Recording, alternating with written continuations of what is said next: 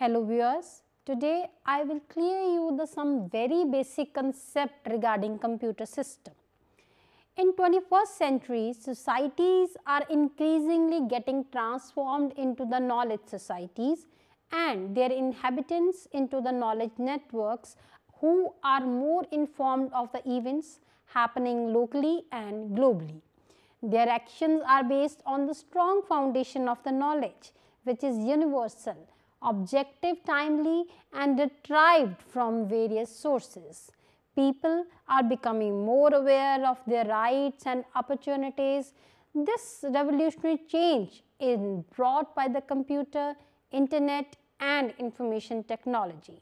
In fact, in the 21st century, knowledge society, the way people interact and communicate with each other all over the globe has changed drastically due to the globalization and e-revolution. The paper-based communication of earlier time is fast being substituted by electronic communication.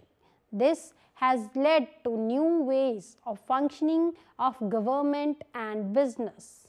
Now, we have new terminology of cyberspace netizen, e-governance, e-commerce, e-contract, e-transactions and so on. Let's briefly analyze these frequently used IT terms.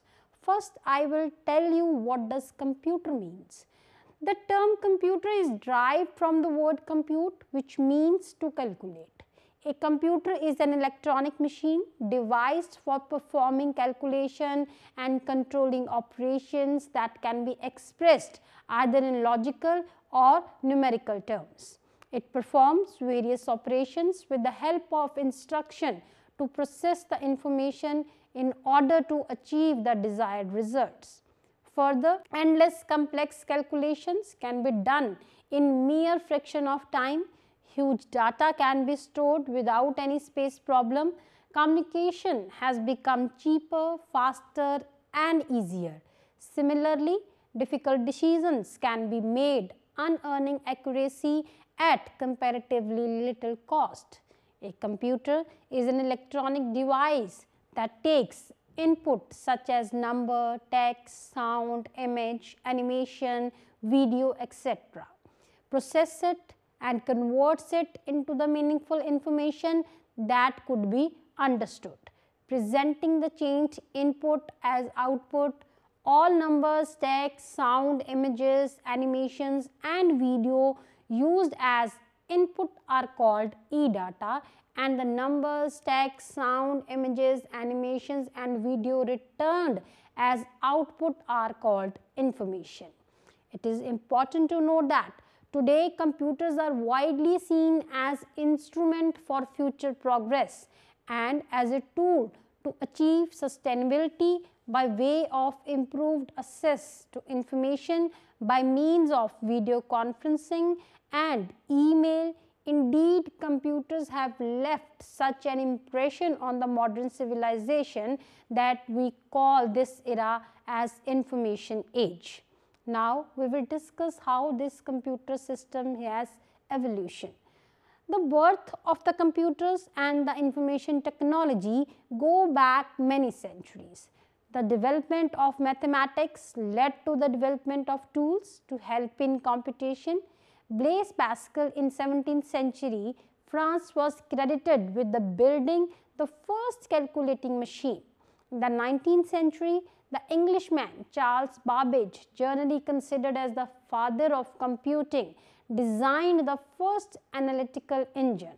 This machine had a mechanical computing mill and the like. Jacquard loom of the early 19th century used punch cards to store the numbers and processing requirements. Ada Lovelace worked on the design with him and developed the idea as a sequence of instructions program. The machine was not complete at Babbage's death in 1871. Almost a century later, the idea re-emerged with the development of electromechanical calculating machine.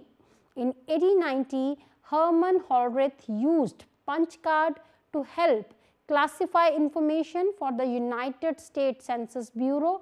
At the same time, the invention of the telegraph and telephone laid the groundwork for the telecommunication and the development of vacuum tube. This electronic device could be used to store information represented as binary pattern on, off or 0. The first electronic digital computer, ENIAC, which is considered as an electronic numerical integrated and computer, was developed by the US Army and completed in 1946. Von Neumann, a Princeton mathematics professor, developed the idea further. He added the idea of the stored computer program. This was a set of instructions stored in the memory of the computer, which the computer obeyed to complete the programmed task. From this stage, computers and the computer programming evolved rapidly. The move from vacuum tubes to transistors significantly reduced the size and cost of the machines and increased their reliability. Then came integrated circuit technology, which has reduced the size and cost of the computer. In 1960s, the typical computer was a transistor-based machine that cost $500,000 and needed a large air-conditioned rooms for an on-site engineer. The same computer power now cost $2,000 and sit on a desk. As computer became smaller and cheaper, they also become faster, made possible by a single integrated circuit called chip. Now, I will clear you what are the generations of computers. Computers in the form of personal desktop computers, laptop and tablets have become such an important part of everyday living that it can be difficult to remember a time when they did not exist in reality. Computers as they are known and used today are still relatively new.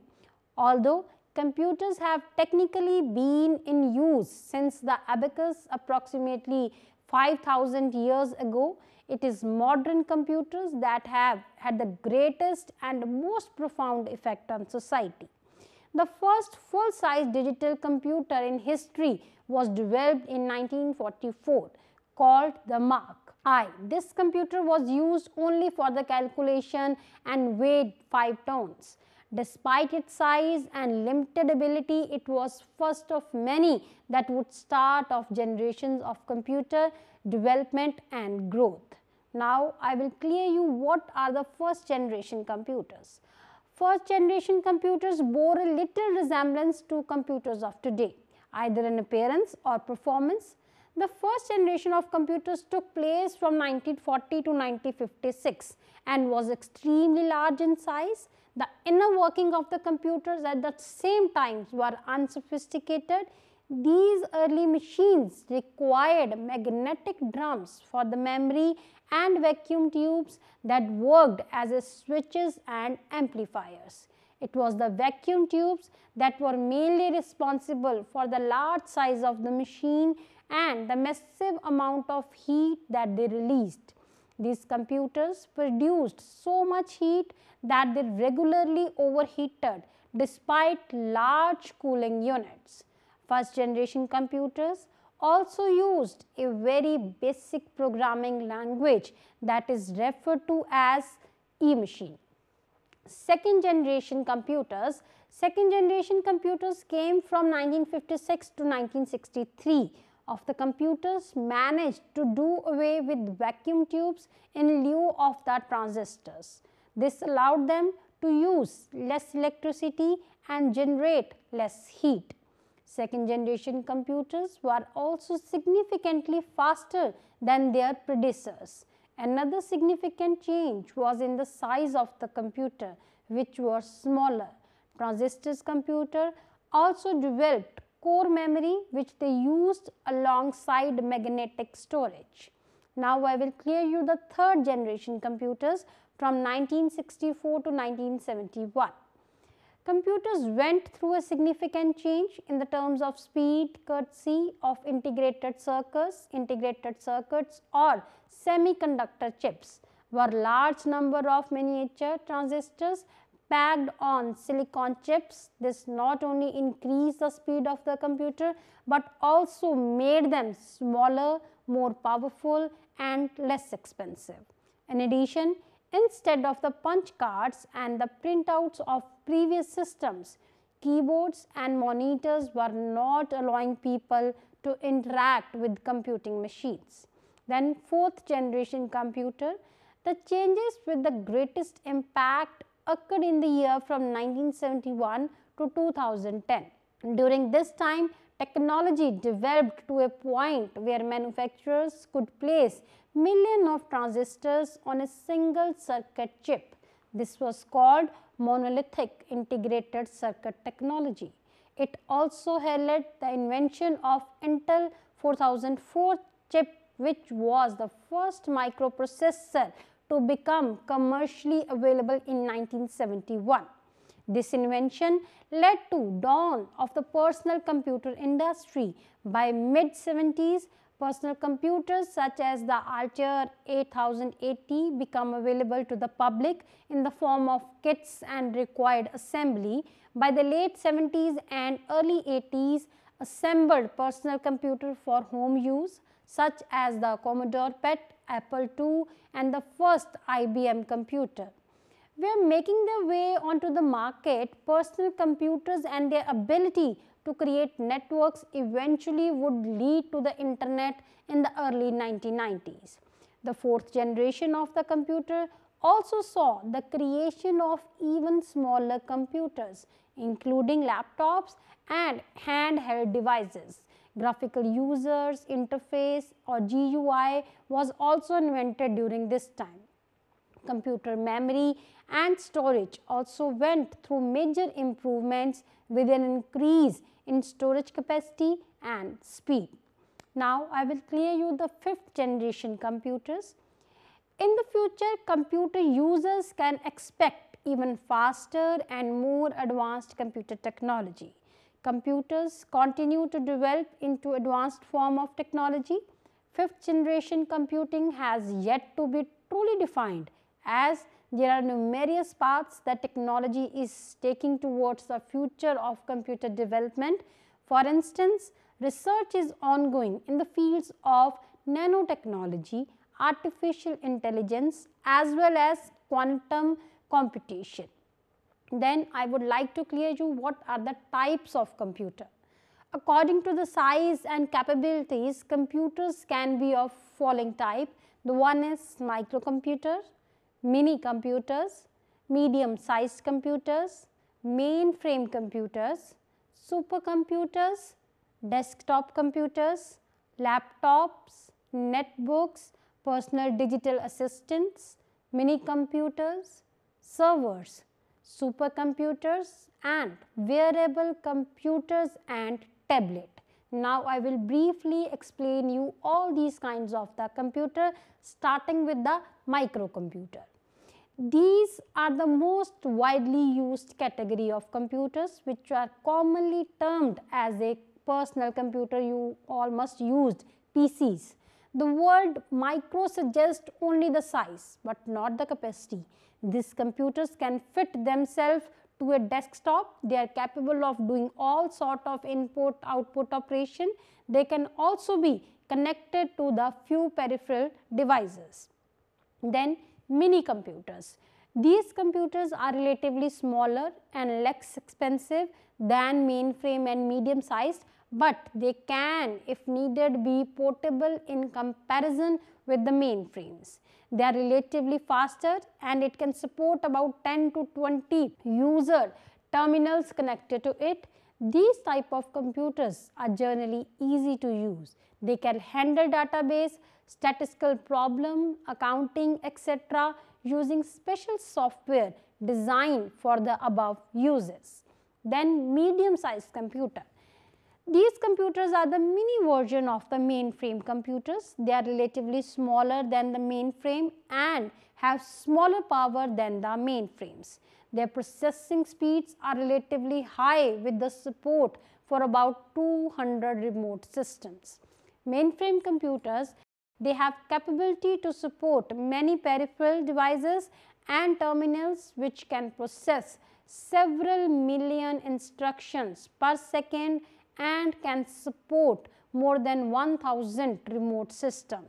Mainframes are mostly used for the system like railway reservation, etc. Now, I will clear you what are the supercomputers.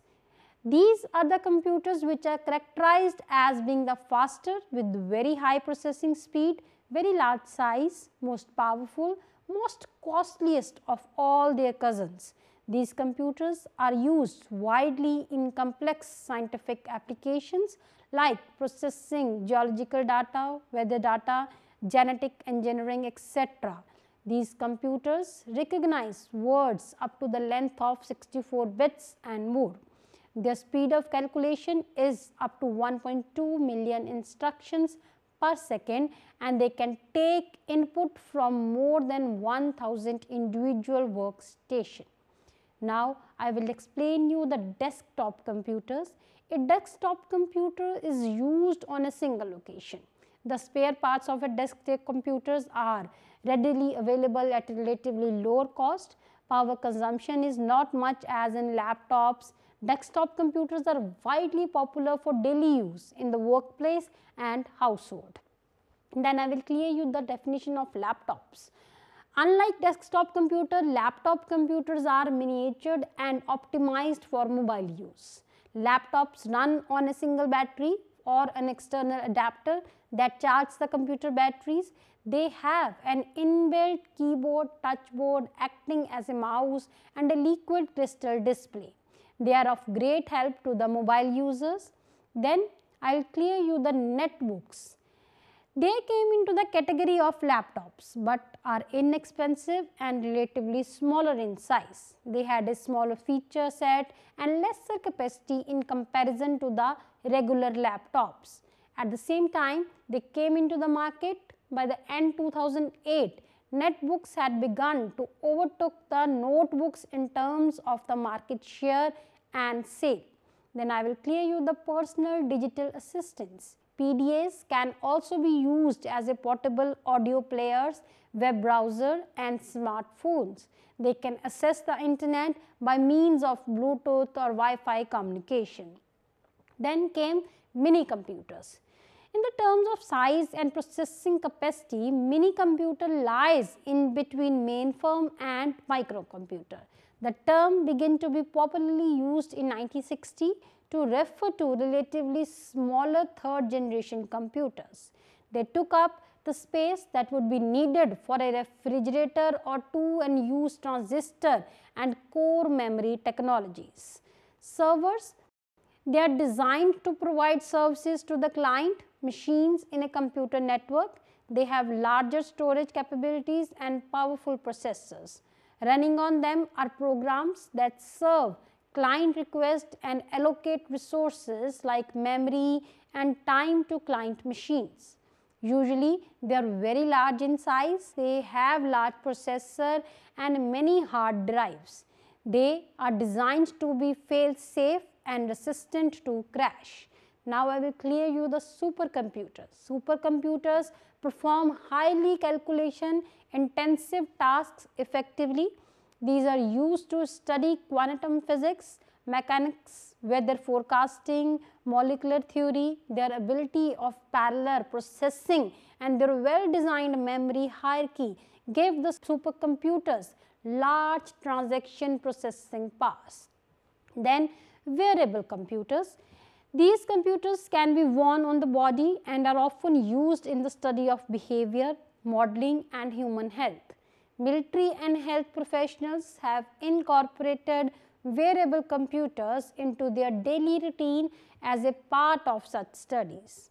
When the user's hand and sensory organs are engaged in other activities, wearable computers are of great help in tracking human actions.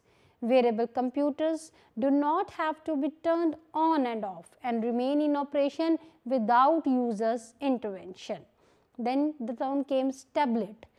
Tablets are mobile computers that are very handy to use. They use the touch screen technology. Tablets come with an on-screen keyboard or use a stylus or a digital pen.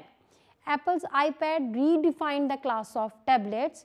I will clearly describe you what are the major components of the computers. The following are the major components of the computer. The one is hardware, another one is software. First, what is the hardware? Computer hardware is the collection of various physical components of the computer, like a compute itself, the input-output devices, printed and other peripheral devices. This computer hardware can blindly perform some basic operations like addition, subtraction, data transfer, control transfers and simple tests. These components are tangible, which can see and feel. To enhance the capabilities of the hardware and to perform complex operation, we need to take the help of the software components. Software is a set of instructions, usually termed as a programs, which are required for processing activities of the computer. These set of programs can be used to solve the real world problems. The capability of computer depends largely on the software component. Software refers not only to the program which makes the computer work, but also those programs which are used to solve real life problems. We can compare computers with human beings. Hardware can be compared to the human body parts which are capable of doing any activity, but without the presence of the blood and oxygen, it will not be able to do anything.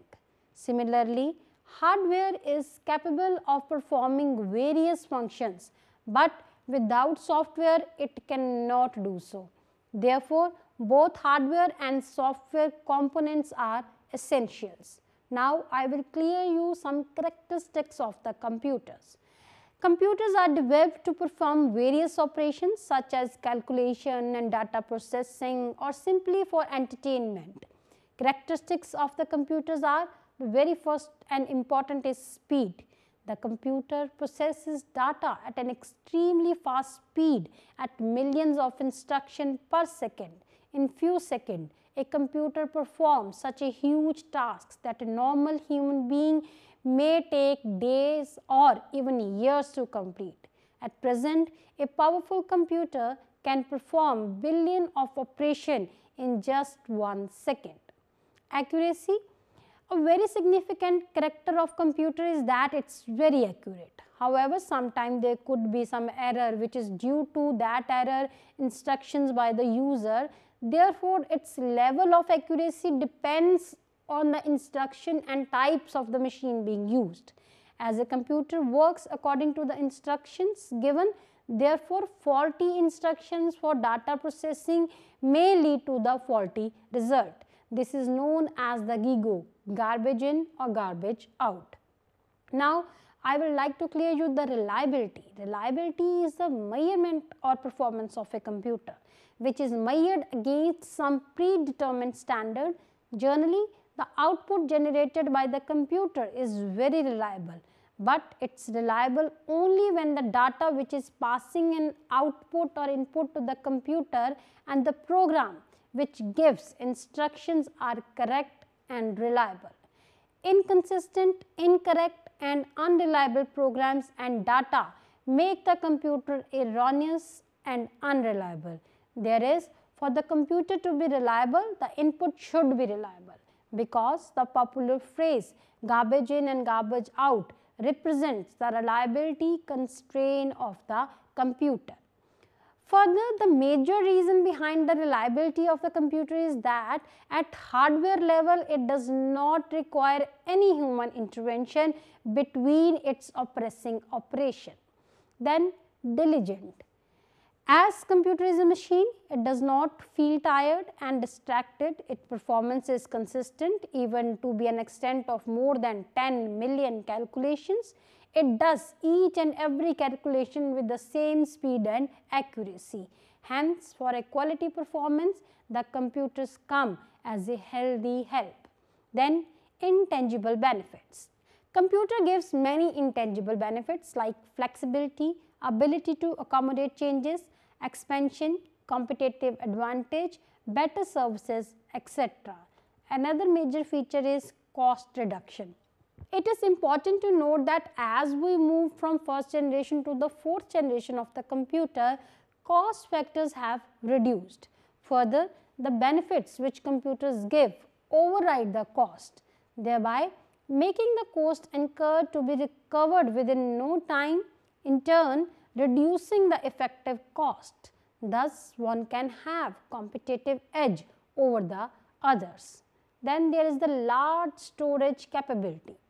Computer can store large amount of data, though the main memory of the computer is relatively small and it can hold only a certain amount of information, but the data is stored on the secondary storage device such as magnetic tapes or disks. Small section of the data can be accessed very quickly and brought into the storage devices as and when required for processing.